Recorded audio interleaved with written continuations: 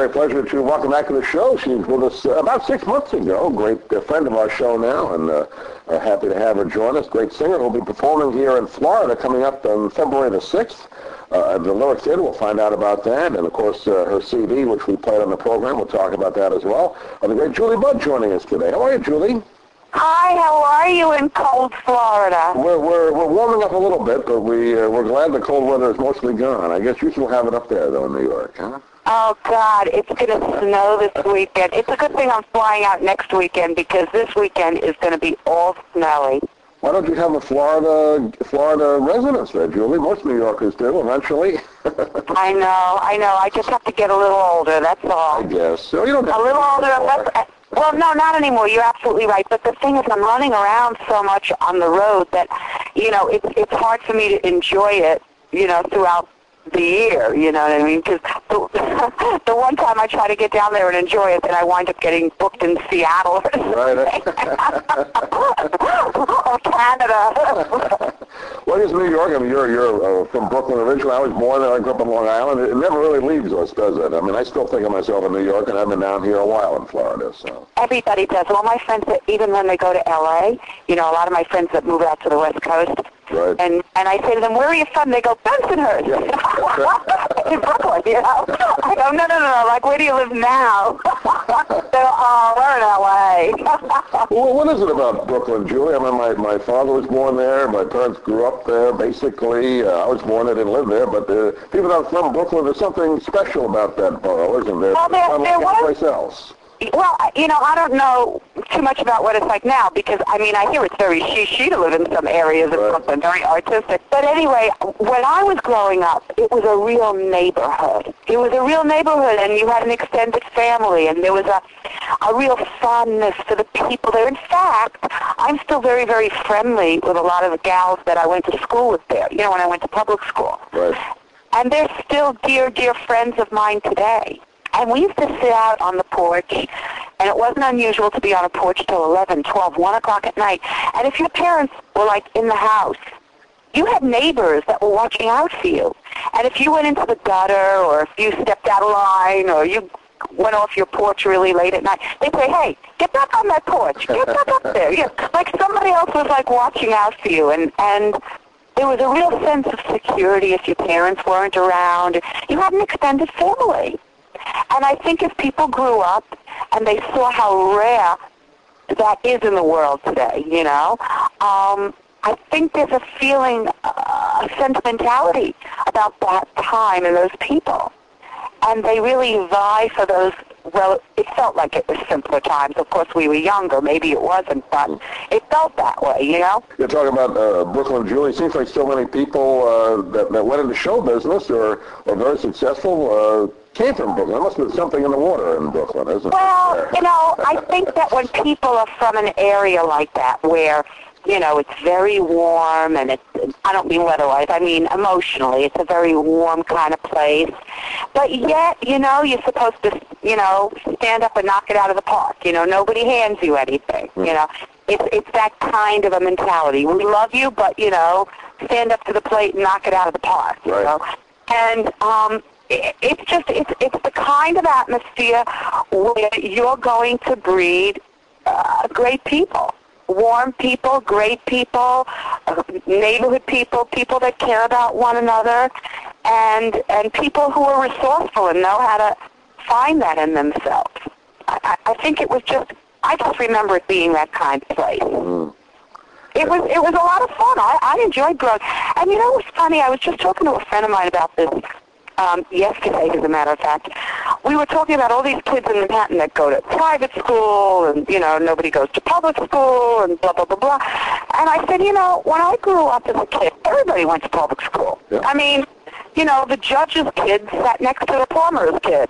Everybody went to the same school. There was no class distinction. There was no snobbery. Everybody got the same education. Everybody went through the same teachers. I mean, when I got together with all my friends, we were all talking about who did you have in second grade and who did you have in sixth grade. And we all had the same teachers because it was all the same education for everybody. And somehow we turned out okay, and everything was fine with us. Why is everything such a problem today? I know, Brooklyn, and I grew up a little bit east of that, on Long Island there, but a similar type of upbringing, and you have all the different nationalities too, and then you Irish kids, Italian kids, Jewish kids. Well, the Jewish kids, we all live together, you know? Yeah, sure, sure. And the thing is, everybody learned how to get along. And remember when you had a fight after school, nobody broke it up. No. You fought it out, and you probably became best friends with the kid that you punched. Eventually you probably did, right. Yeah. There was I don't remember my parents getting involved in all of that. I don't remember anybody having a big meeting over these things. I don't remember the city bringing in a social worker. I don't remember any of this stuff. And somehow, I don't know, we grew up, we were fine, we all got jobs, we all have lives, you know. I don't know. We weren't so coddled, you know. I wonder if that may be part of the reason that a lot of successful people in different fields came from that kind of upbringing, because you had to learn to think for yourself at a younger age, and show. If you had help in show business, getting up in front of people on a stage, you talk to so many different types of people your whole life, right?